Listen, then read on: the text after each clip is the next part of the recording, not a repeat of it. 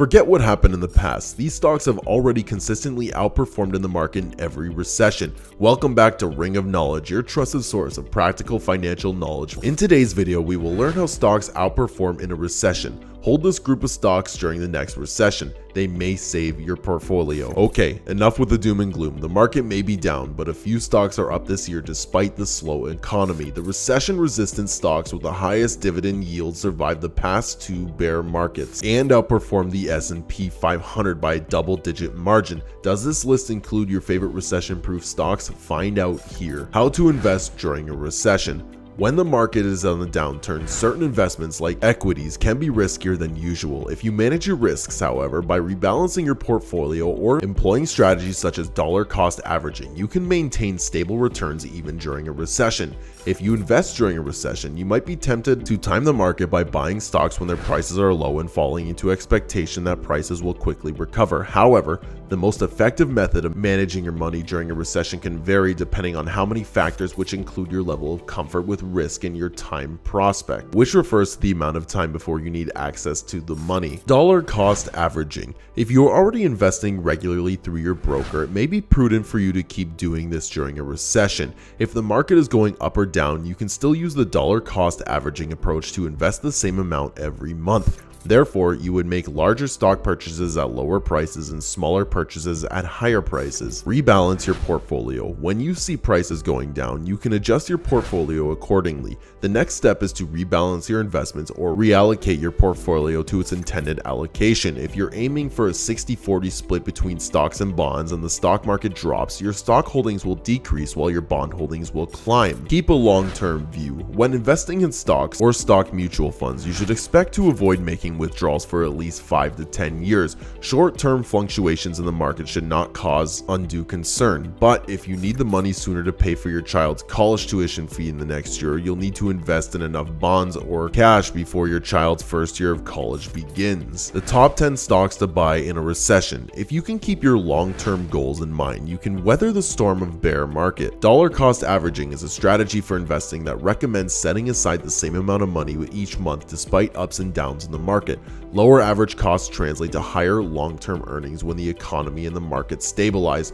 Our goal is to highlight some of the best performing stocks that rose in value even as the market declined. Note that some of these stocks have shown positive returns. Stock market investments carry a high degree of uncertainty because of the potential impact of unexpected news. Number 10, Walmart. Walmart is a good choice for both customers and investors. Walmart is appealing during a slowdown because it draws customers looking for good deals. Also, the fact that Walmart is selling more to private brands shows that it has been able to keep its prices lower than its competitors, which is a good sign for growth. There are some economic challenges, but Walmart can do its best in the situation. WMT stock has been recommended 23 times to buy and 5 times to hold. Also, analysts' average price target of $152.22 means that the price could go up by 9.2%. Hedge funds bought 2.7 million WMT shares in the last quarter. On the other hand, WMT stock has a smart score of 10 out of 10. Number 9, Enbridge Incorporated. Enbridge has almost no direct connection to the prices of the commodities. They only make money by moving energy. But when energy prices are low for a long time, the amount of oil and gas that is made can go down.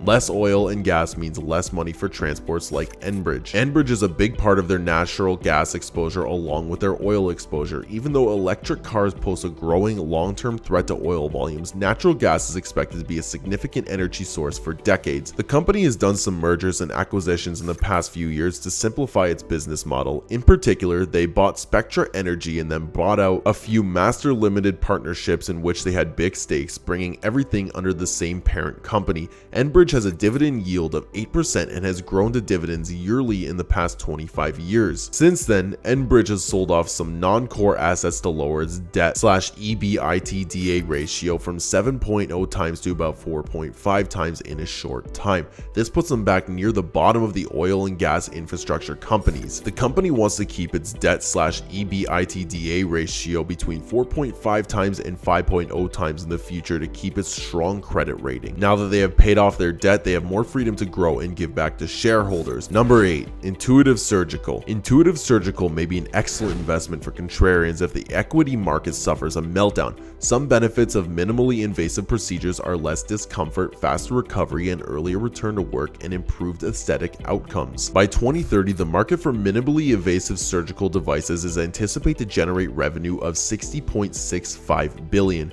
In percentage terms, this amounts to a compound annual growth rate of 9.8% between 2022 and 2030. Because of this, Intuitive Surgical's making ISRG one of the stocks investors should consider purchasing after a market meltdown. Number 7, Alphabet. Alphabet is now arguably the most vital balance sheet in the company around the world. They have over $132 billion in cash equivalents and only $14 billion in debt, and they are still growing in their sales and profits quickly. Alphabet should start a small dividend soon, like Apple or Microsoft. They make enough free cash flow that paying a small yield wouldn't hurt their research and development or make them any less competitive. With over $120 billion in cash equivalents and almost no debt, Alphabet sees the standard for what makes a fortress balance sheet. With their cash on hand and small amount of debt, they could easily buy most of the companies in the world that aren't among the 25 largest. Or if something hurts their ability to make money, their cash hoard can keep their business going for a long time. Number 6, Costco. The resilience of its firm was demonstrated by the 10.6% increase in the adjusted comparable sales. The company has been able to keep up the momentum in its operations throughout this fiscal year in 2023, as seen by an increase of 8.6% in the adjusted comparable sales. The company's high membership renewal rate, fee income, and bargain pricing strategy, which draws customers, contribute to Costco's robust development.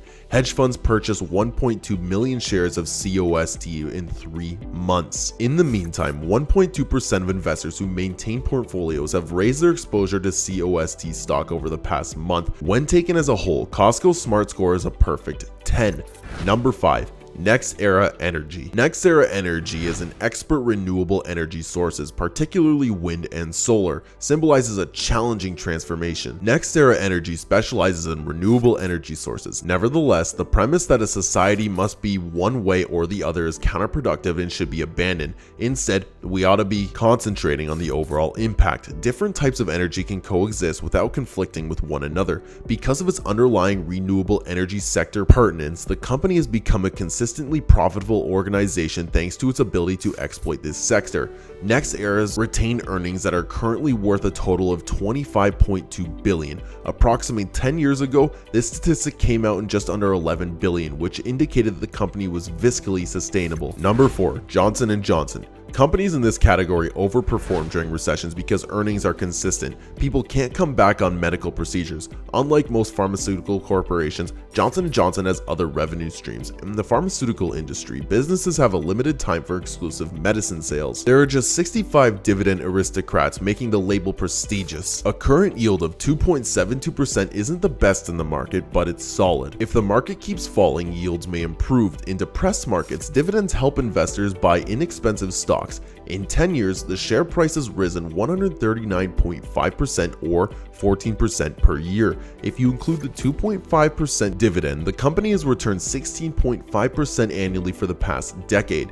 This is somewhat behind the market, which averaged about 18% return including dividends, but it is a strong bull market that favors cyclical stocks and high-growth firms, neither of which Johnson & Johnson is. When the market turns, those companies will underperform, while solid and reliable companies like Johnson & Johnson will outperform. Number 3, General Mills. General Mills' net sales increased by 4% from the previous year to $4.7 billion. This was made possible by a 10% increase in organic net sales from the previous year, but it's important to note that the organic volume is decreased by 5%. Even though this drop seems to be terrible, a 15% increase in the price in a mix of organic products made up for it. This shows that General Mills can set prices and that customers are willing to pay more. Also, diluted EPS went up 32% from the previous year of $1.35, and adjusted EPS went up 13% from the previous year to $1.11, beating expectations of $1. General Mills' cost of goods sold went up by about 14% to 15%, so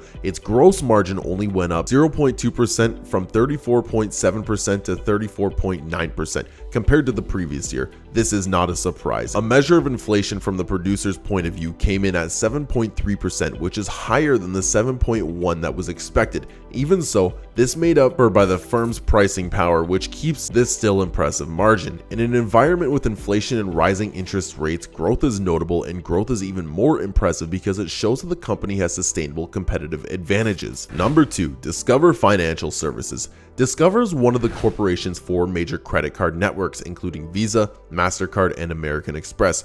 Over the past decade, Discover has developed an online bank that offers a variety of products to individuals with excellent credit scores, including checking accounts, saving accounts, personal loans, student loans, and home equality loans. Plus, they own the Pulse and Diners Club payment networks. Discover is extensively recognized in the United States, although it is less commonly accepted abroad than Visa, MasterCard, or American Express. This is a disadvantage for obvious reasons, but it also represents a growth opportunity for the company if it can expand internationally like the 3 other major card networks. On top of its first decade of tremendous development, the company has weathered 2020 well, with the figures continuing to climb steadily in 2018 and 2019. Credit card debt has one of the highest default rates among various types of debt during economic recessions. Still, it enables the bank to create returns on equity above 20% annually through the majority of standard years, which is remarkable. The company's dividend has also increased from 9 consecutive years and currently yields 2% with a payout ratio below 25%.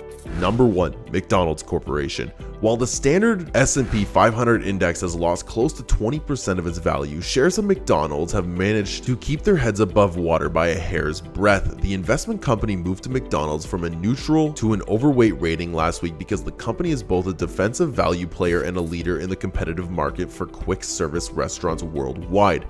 The restaurant chain is increasing its market share. However, the economy is in a recession and even increasing its margins when many other businesses are seeing the opposite trend. Their price objective of $278 indicates an upside potential for more than 10% from where shares are closed the previous week, and if they were to accomplish it, they would be back at fresh all-time highs. When the S&P is trading within 3% of its multi-year lows, this is a good prognosis for investors. The list above is not all-inclusive because investing during a recession is a vast subject. Investing during a recession requires careful consideration. Not all stocks are made alike, and their performance in times of economic hardship may differ drastically from the norm. During 2020's COVID-19 pandemic, biotech companies soared while financial firms suffered under the 2008 Great Recession, caused by a market crash due to poor fiscal policies at play then. It is vital to remember when building your portfolio that these same investments might not be viable or beneficial once we're out of this downturn. You'll need an adaptive strategy for any recovery period. Is it safe to invest in a recession?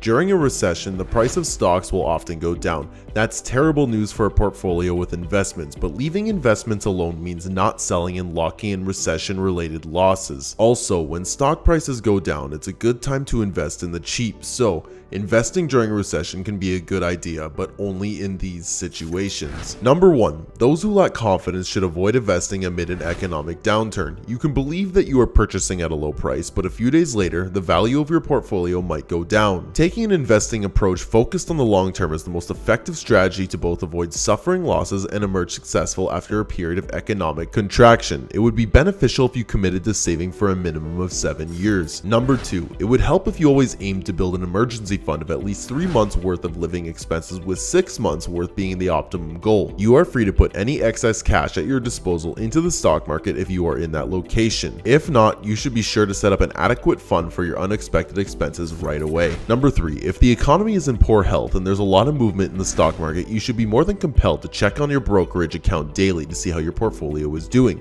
This is especially true if there's a lot of volatility in the stock market, but you cannot operate in such a manner that you would want to make investments amid an economic downturn. The more frequently you look at your finances, the greater your risk of becoming uneasy, and when you panic, you risk making reckless actions that lock in losses for you, such as selling underperforming investments when you should be holding onto them. You should only invest during a recession if you are in a secure enough financial position and have the right mentality and approach. You should refrain if you are not financially stable enough to invest. It would help if you never put your short-term financial stability at risk to achieve your long-term goals.